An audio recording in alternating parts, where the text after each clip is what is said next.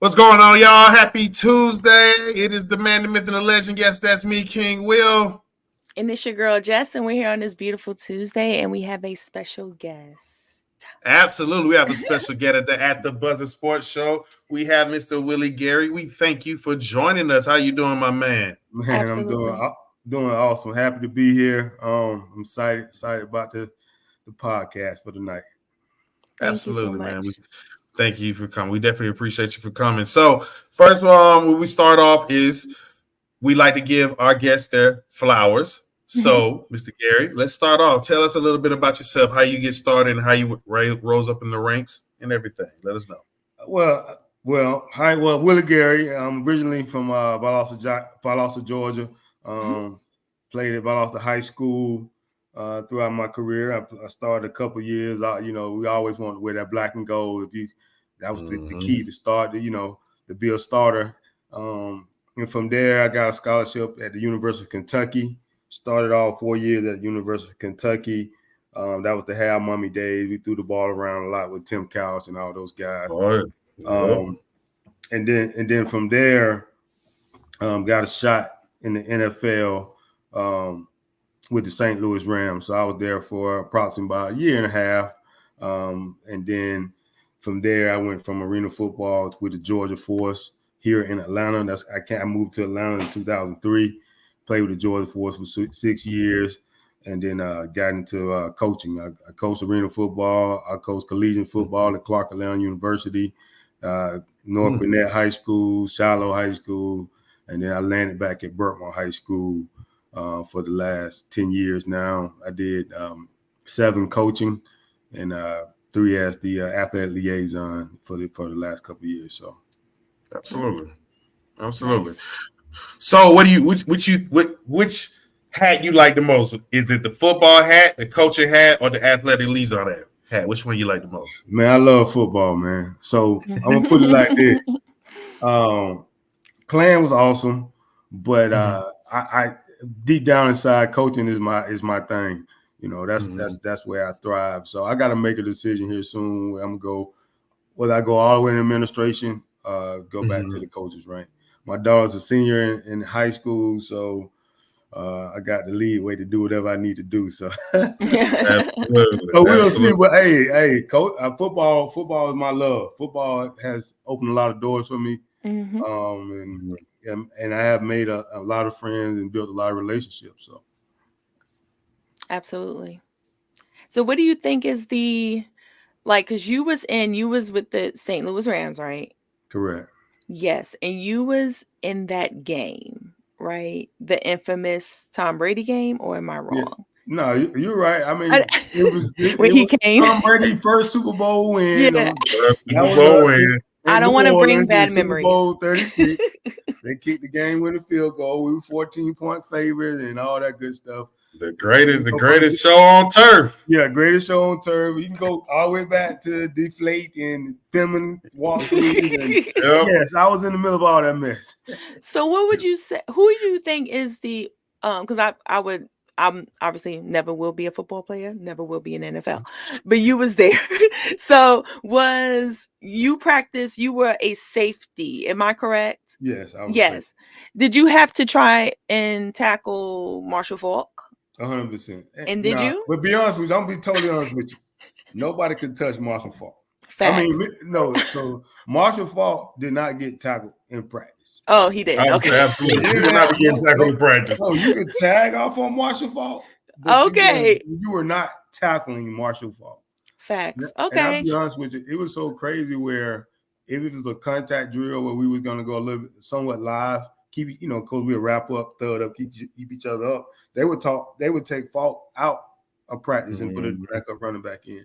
He was that. But he was that good though. So facts. They didn't want to get him hurt. And my husband, you know my husband, he always says you almost picked off. You said you almost picked off Peyton Manning. Am I correct? Yeah, you almost had him. That was probably, he might have been talking about college days though. Oh, college days. Okay, my fault. Yeah, I would say Kentucky. You played in Kentucky during the Tennessee days. Yeah, that was my freshman year. I ain't gonna lie. Peyton Manning threw that ball so hard, hit me in the helmet. Boom. and bounced out. But that was my freshman year. I think Peyton was a senior that year. So his Heisman, that was his Heisman. Whatever it was, I don't know. I don't know if he played 3 years or 4 years, but it was last year. Hey, yeah, Peyton, man, yeah. It wasn't inside the year he was supposed to win the Heisman. Charles Woodson won it that year. Everybody thought he was going to win the Heisman. That's what Charles Woodson won in '98.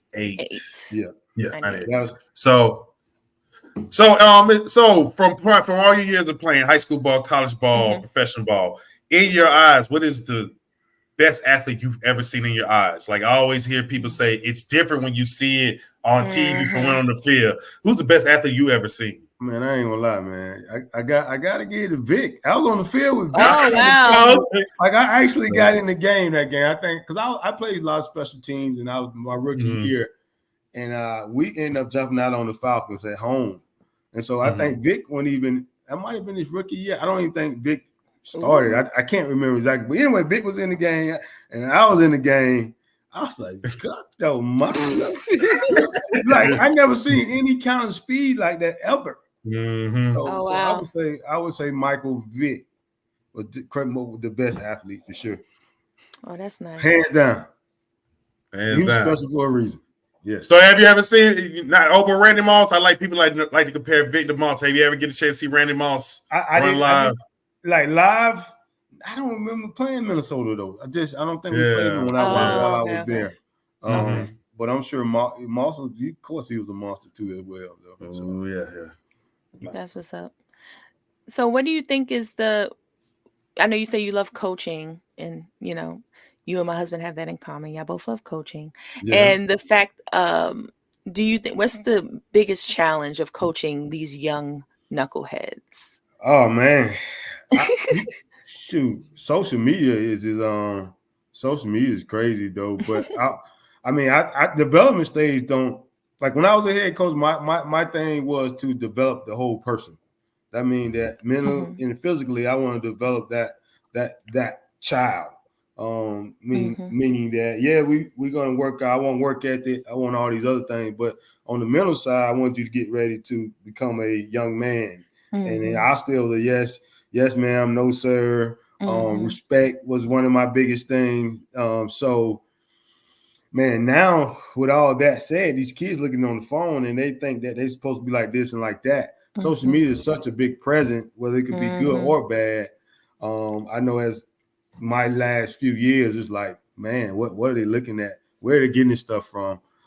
So social media definitely was probably the biggest challenges trying to keep our kids on the, focus. But however, I don't think that whatever thing I'm trying to steal in a kid, I still think old school works. Don't get me wrong, because we develop a lot of kids.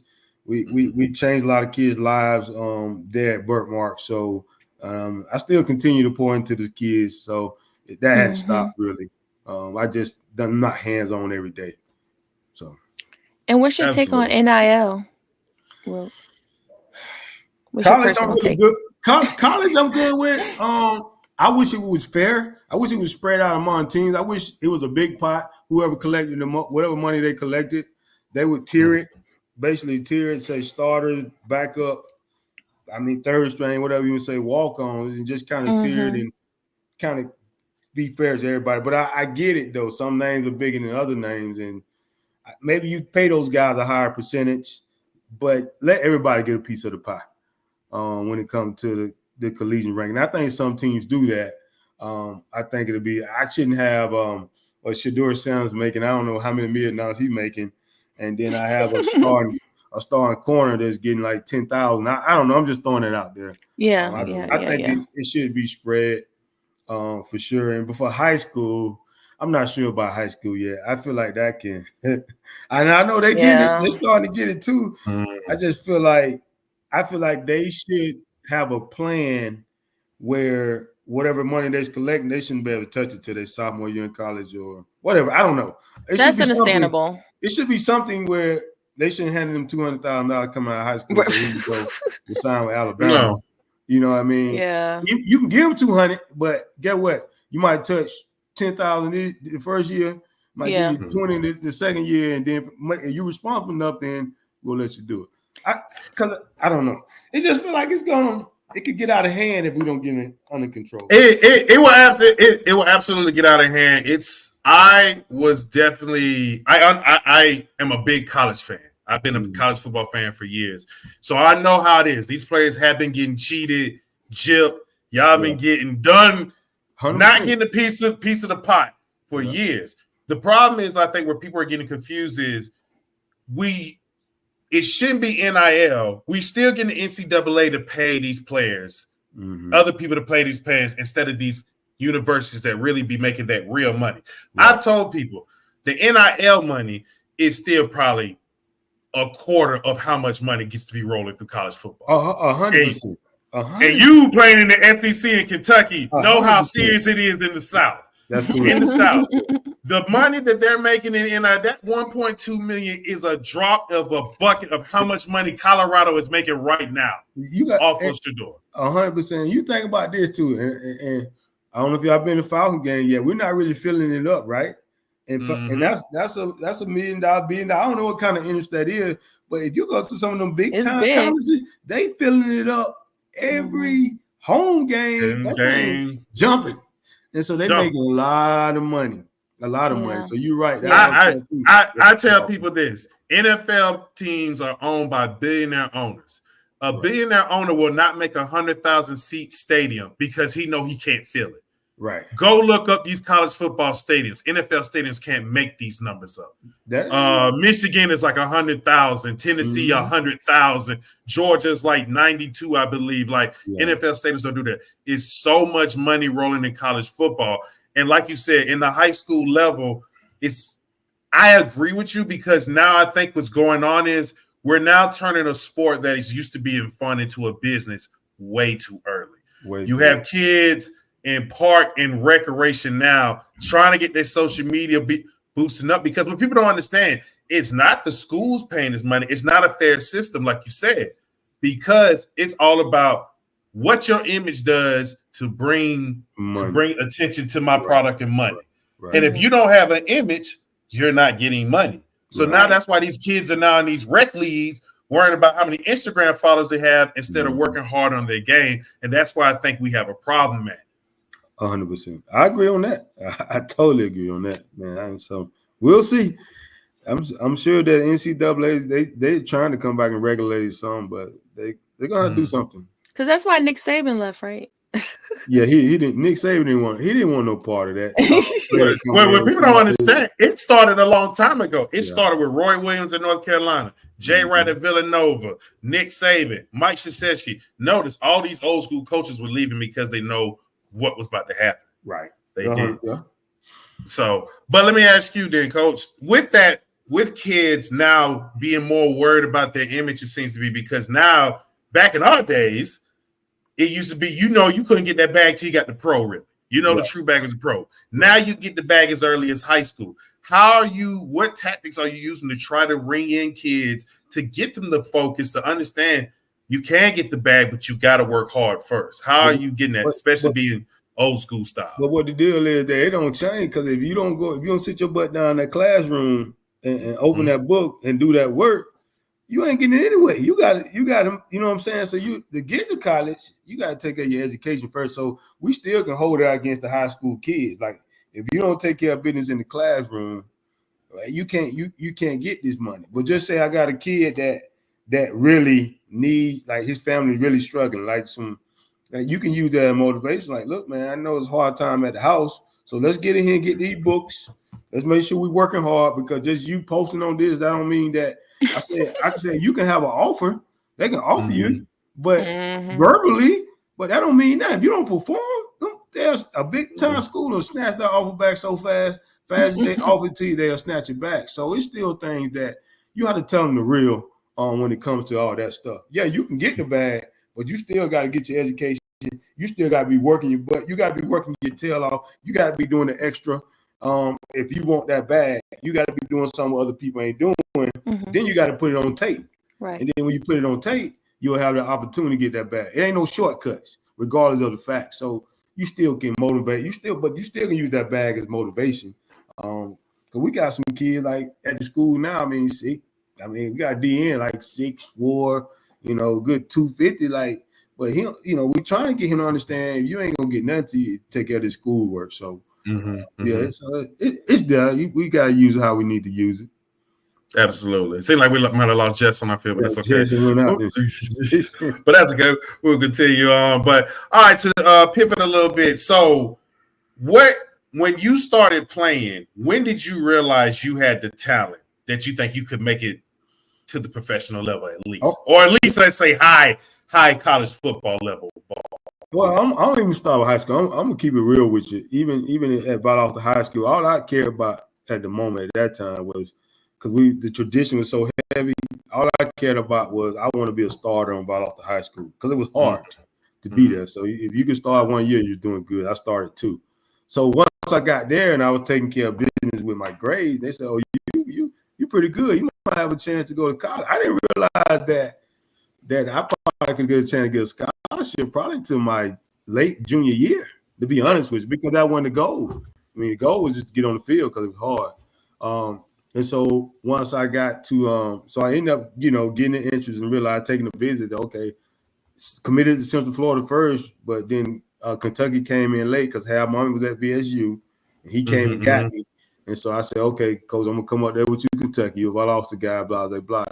But even getting to Kentucky, when I got to Kentucky, on the ground, I knew was the practice hard, work hard. These all instilled in me from Valdosta High School. So to start as a freshman in SEC, that was unheard of. But Hal was willing to play guy because he had to do something to turn that program around in Kentucky. So I still didn't realize that I had a possibility to play in the league probably to my senior year. Because I just didn't really pay attention to that stuff. Now it's social media and all. If it was social media and all this other stuff, I probably would have paid a lot more attention. All I knew is that somebody every year was coming in trying to take my position at Kentucky. I got to beat this joker. I got to hold my spot. Right? Absolutely. I never got comfortable. And I think that drove me to the point where I had a shot. Even when I got the shot, it was like, they called me a tweener. I'm 5'9", at that time, 197 pounds. They know can I play corner or safety because I played a corner in college as well. I was a corner in high school, played mostly safety in college and a little corner in college, as well, a couple games when we had people hurt. So it was just one of those things, man. I just put my head down and I was just been a grinder. I'm not a typical, I don't have a typical pro body, you know what I mean? Like absolutely 205 pounds. I mean, I'm 5'9", 190 something, So right. It was just now people pay a lot more attention there. I can't say they don't. But about when I was coming up, we just worked.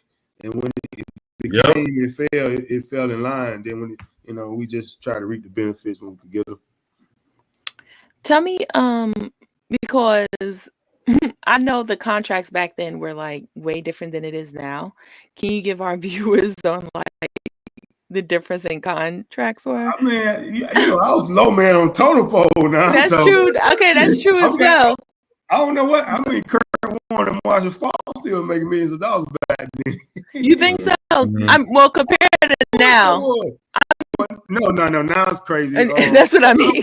I don't know what Kurt contract was, but Kurt would be making what some of these quarterbacks now. What they making 40, 50 million a year? I don't know. No, I know he wasn't making that, right? I want to say like he 2 wasn't million. making that. So I don't have saying my first contract. I had a rookie contract was I want to say $309,000. Oh, that sounds nice.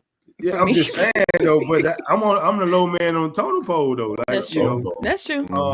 We still had guys making millions of dollars, but these contracts now are just like crazy. You can't get some real money. You talking about 40? I'm gonna Tyreek Hill making 40, 50 million a year. 40, 50 million a year. Yeah. So, but they had to cap the draft. Because it was it was getting so crazy with the numbers. The reason why they capped the first round, second round, what the picks like first round.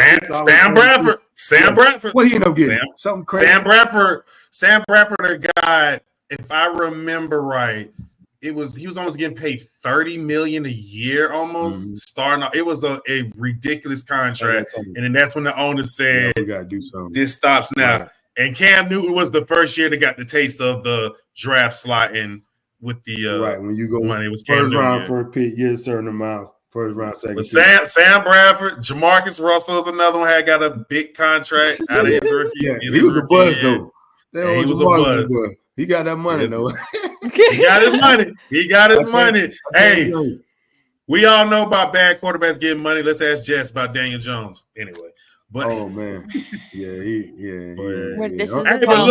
about Gary, y'all. Are you protecting Daniel Jones, Jess? You can't be protecting him right I'm now. not protecting him. I just don't want to talk about him. Okay, hey, look, Malik Neighbors finna do so good. The Giants gonna give Daniel Jones another $40 million contract. So hey, man, no, it's not. No, Daniel Jones is absolutely.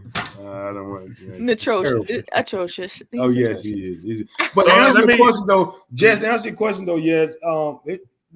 People still getting money, millions of dollars and stuff in their name, but nothing like this now. That's what I was saying. It's not the same. It's definitely, it's definitely different. Because you got people like Sam Darnold making a lot of money. He's like a. He do. Yeah. Like but you know what happens when the market goes up, and so everybody try to get that market. That's just how the Tyree Hill got what he got. So all of a sudden, Justin Jefferson said, "I need my bag." My boy from Cincinnati said he need his bag. I'm like, I need my bag. Everybody want their bag. You know what I mean? I need because my stat looking just as good as his, and so this Dak too. Dak got a bag. He got the highest bag in the. I don't know about that either, but he got it. He got it. Now he got the highest one until Purdy. Purdy's probably gonna beat him eventually. It's going to keep going up. But you know, once they get it, they go downhill, baby. You know, once they get that bag, it seems like something happens. Something happens. You're rich now. Yeah, right. I'm still gonna work, but I ain't really got no concerns. Absolutely. Right. So, you being from Atlanta, being from Georgia, I'm guessing you're the fan of those Falcons. I'm guessing, right? Man, I'm gonna be honest with you. I'm gonna be totally honest with you. After that Super Bowl year, man, my Falcons, man, the Falcons have let me down so much, man. I just thought having an NFL team. I only had it. So I'm telling you, I was in my house Super Bowl, and I'm wait. I wanted revenge on Tom. Yeah, Falcons about to get it. I'm shooting fireworks in the back of the yard first half, boom, going off, man. Oh, we got this. Third quarter, we got going downhill. I said, but I was so mad at the coaching. That game. So how would you have coached the game? Tell me how would you have coached it? Well, we stayed now I could be totally wrong if I remember correct. From my understanding, we ended up staying in man coverage. We came out, we did a great job first half. Then we played a lot of man, we kind of shut Tom down. But we stayed in the same thing in the second half. We didn't make an adjustment. They started running all these crossing routes all over the place. And they're gonna adjust. That's one thing Belichick gonna do. He's gonna adjust. He's gonna figure it out. Tom Smart too. And I just don't think we adjust. Yeah, we made some mistakes. We should ran the ball on offense, this and that. But just think about it. Our defense still gave up a lot of points in that second half. And I seen the same coverages. I see no adjustment. You have to fool Tom Brady. You got to do something different to make him think for half a second. But I don't think it was just that, right? Don't you think it was him also not running the ball? Right. Yeah, it was that. It was that too, though. Yeah, we didn't do much on offense either. But I'll say it like this: Shanahan not running the ball causes the defense to be out there longer because that's what these guys that throw the ball a lot. That what happens? They tie out their defense because you're doing 3 and outs. You put your defense out there, 3 and out defense. And I remember watching that game. I believe it was when they scored before halftime. I turned to my wife and I said, New England's about to come back and win this. And she said, well, I said they shouldn't have let them score during halftime. That's just too much momentum coming in. And I had a feeling that defense was starting to get tired. If you go back to that game, you can tell by the second quarter the defense was starting to wear down. Right. But also it's that game. It's a couple of I know because I could break it down, but it was a couple of fluky passes here and there. But if Shanahan pretty much would have ran the game, but this is why I always have my Matt Ryan slander because if you're the MVP and you're Matt Ryan, you figure that out and don't lose 28. Right. No, I agree. Okay. I agree. Tom Brady probably would have checked out a call out of that, man. He probably would have handed the ball off and said, Coach, you know what are we doing? And would have been over there fussing with Belichick. But they might probably won the game too. Absolutely. And also, what is the impact did playing in the NFL have on your personal life and relationships? I'm be honest with you. First of all, the NFL is business. I can tell you that. So you gotta understand. Even when we look at the whole perspective of everything, college, that's a business. If you want to look at that as well, business is business. But the most positive thing I got of all this is building relationships. Relationships is definitely that can make you or break you sometimes. Like you can have all the education in the world, when if you ain't got the right relationship, it won't get your foot in the door or things of that nature. So I just still think the relationship piece is just huge, man. And I sometimes have done a terrible job of keeping up with people and continuing that bond. And I ain't gonna lie, I have, but I do know they're important for sure.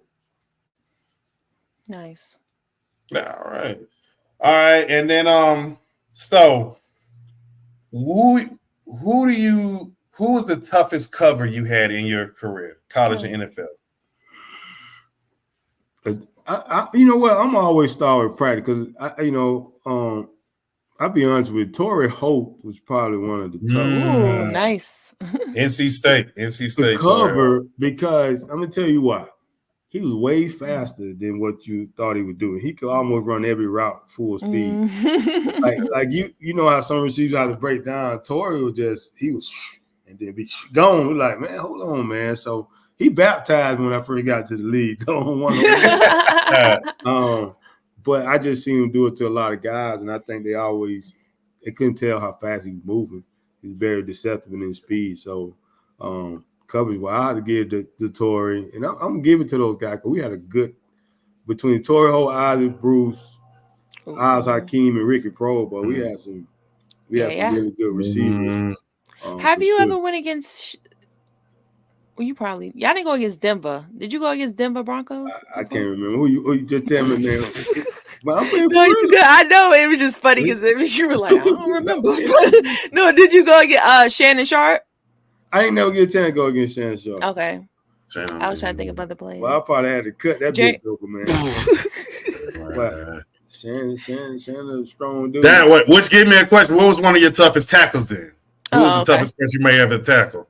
In the league? Yeah, I played in the SEC in your too now. That's what I'm saying. In your career, SEC. It could be SEC. It could be. Let me tell you who I had to see in the SEC. I had to see Robert Edwards. I had to see Kevin Falk. I had to see Robert Edwards, Kevin Falk. I'm missing one. Jamal Lewis, Travis Henry. Jamal Lewis and Travis Henry. Yeah. I ain't had to go nowhere. I had to see all of them. Yeah, to see all of them. And I tackled every last one of them. Travis Henry ran my teammate over so bad, but I was embarrassed for him, boy. I'm talking about the cheese went straight over me and kept trucking, man. He was tough. I say Travis Henry probably was tougher than all of them, man. That's a strong dude, man. Be for real. Yeah, he was. Yeah, Travis Henry was when you hit him, he felt like a rock.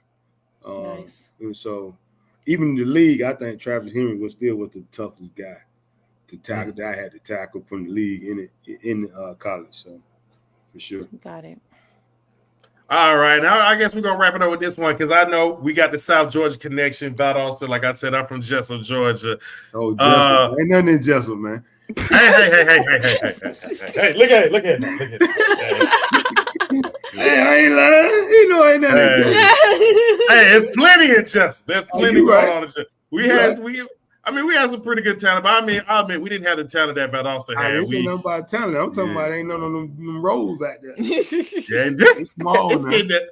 Hey, look here, man. It's getting there. But explain to people how they don't understand how big football is in Valdosta, Georgia. Like I explained this to a lot of people being from South Georgia, that when Valdosta won the Winterville title, that I said, oh no, that's definitely understood. Explain to me how big football is in Valdosta. Man, I'll be honest with you. So this is probably the best analogy. So if you ever, this is what they always say, if you ever go to a Valdosta Lions game, everybody in the city's at that game. So they used to say, if you want to break in somebody's house, just wait till the Valdosta Lions game because everybody's going. I'm just saying it what people say because everybody's going to be at that game. It was at the point when I was in high school, people would sit on top of roofs of houses around the stadium and stuff like that because it was so full just to try to watch that game. I don't know where this comes from, but that football and Valdosta, even Lounge is kind of caught up with Valdosta. I'll be the one at this point, and you just grow up. I'll be honest with you. You grow up with a football in your hand. You grow up dreaming about playing for the, Valdosta High. You can even say Lounge at the moment. And it just people really care and love, and people really, support football in Valdosta. I always tell my guys, like, man, use that as a platform because I always think Valdosta small town. I'm not saying any opportunity there, but sometimes a lot of friends, a lot of people I know have got stuck and didn't end up doing much. I call it stuck. Not stuck as in you played football, then you didn't know what to do next, right? Mm-hmm. You didn't go to college. You was kind of mediocre with your grades, but it's still a lot of life, still a lot of opportunity. I ain't gonna give anything they were doing, but just try to get them to. Even when you come to Atlanta, there's a whole bunch of opportunities here to do a whole different thing. So just to kind of get them, sometimes out of a small town, but but that it's big, man. It ain't nothing like Wintersville. In Valdosta High School, it's kind of crazy because when it was the Olympics in 1996, did we have Olympics? Yeah, it was 96 in Atlanta. So Valdosta High School, we came up on a bus and we was actually in the parade, parade that was here for the Olympics. Oh, it's big, man. Yeah, it had nice. So. And then one more, before we go ahead, I want to ask. I'd like to ask all my guests this. Okay, if you have a chance to, if they say I'm gonna give you $1 million, but you got to choose one of these tackles, okay? Like this is you in your prime, okay? This is you in your prime. You young, you vibrant, eating good. I tackle anybody, so I'm good. Okay, you get to choose this. Is either you win your $1 million, but you got to choose one of them. You got to choose to tackle Derrick Henry or Lamar Jackson. Which one would you think you would tackle? But you got to tackle them. Which one's your best chance? Open field. I'll take Derrick Henry. Okay. You know what? I know how to get them big ox down. I was saying. You can't let them get that stick. If you let them get like this, it's too late. I'm gonna cut big Derrick Henry butt down, man. And I'm gonna attack him. Like some of them get up there and get scared and stop pitty patting. No, you gotta get to him right now. You can't even give him a chance. You know what I mean? You can't. By the time you're sticking that arm out, I'm already hitting your legs. And so, respect. I take Derrick Henry. I get. You don't want to get shook from Lamar. Lamar kind of fast, man. I don't know. Because Vic. Well, you saw Vic, so that's kind of like Lamar. I'll be honest with you, Lamar like a Vic when it comes to running that ball. But Vic still had some. I think Vic still had a little something more. Lamar is great. I feel you.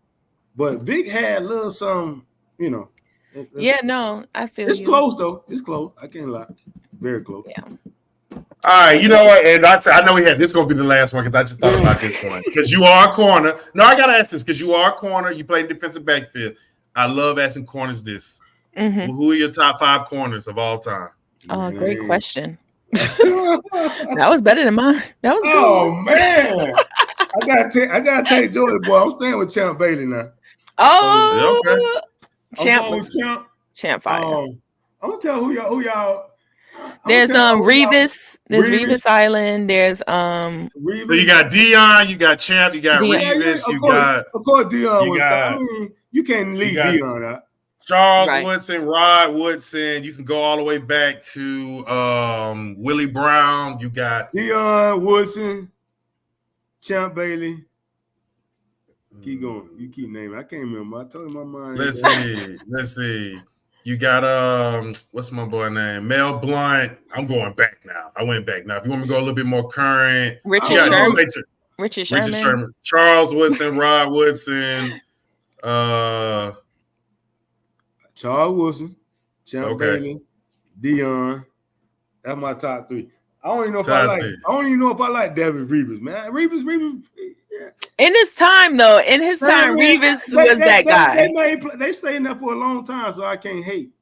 But it still was something about, But what about how about Darryl Green? Darryl Green was another one. Darryl Green. I'm telling who y'all really who really I thought was a good corner. He was tiny though. Fred Smoot. Y'all don't remember Fred Smoot? Oh, I know Fred Smoot. I I'm not definitely know gonna about lie. Fred Smoot. I don't Played really for know him like that. Washington. I thought Fred Smoot was tough, man. good. Yeah, Fred Smoot was tough. I thought he was pretty tough. I ain't saying he top 5, but he just came in my mind like he was tough. Yeah. He was tough. Now you made me think back. Fred Smoot, Dre Bly. That's an old Dre, good. I played with Dre.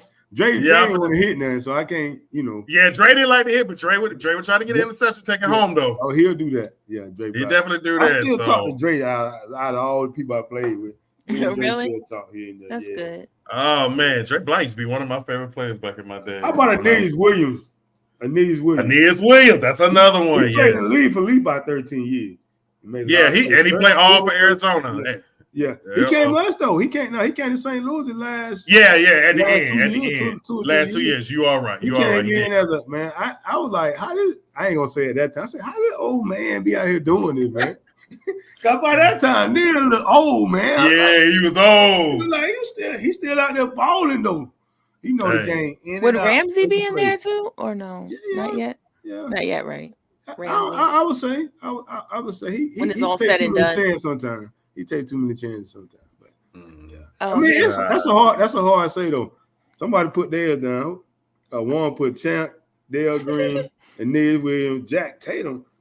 Come on, talk to me. Tatum. You gotta tell me what Jack at. I don't know about why Jack won. I'll say me. I'll go Deion, Champ. This ain't no order. I'm just gonna give you my 5. Deion, Champ, Rod, Charles. Now you talking about that last one. See, I'm a Steelers fan, and I really want to say Mel Blount. I'm a Steelers fan. Yeah, Mel Blount. Okay, Mel Blount. I got Mel Blount there. Now, if you throw in safeties, I think Ed Reed. Safeties. Then it's Ed Reed and Palomalu up there. Yeah, Palomalu. My idol was Ronnie Lott. That's who I. Ronnie Lott too. Yep. That's who I took my game out. I seen Ronnie used to knock people head off. So that's kind of what my that's how I made my living. I was a hitter. Right. Ronnie Lott. All right. Well, hey, Willie, we appreciate you for coming by. We definitely thank you for coming over, giving us time, man. Anytime you want to come and join the show, please let us know. Okay, no problem. No, I appreciate y'all having me. Of course, I had a great time. I'm like an old person. Usually I be in the bed about 20 minutes, like getting up at 5 in the morning. I don't know what time the Ross Poe go to bed, but I go to bed. He'll be in bed soon. I know. All right. Well, thank y'all for joining that. No problem. Thank y'all for joining the At the Buzzer Sports Show live, and we will see y'all Thursday. See ya. Thank you for joining us. Thanks, Gary. You're welcome. Absolutely.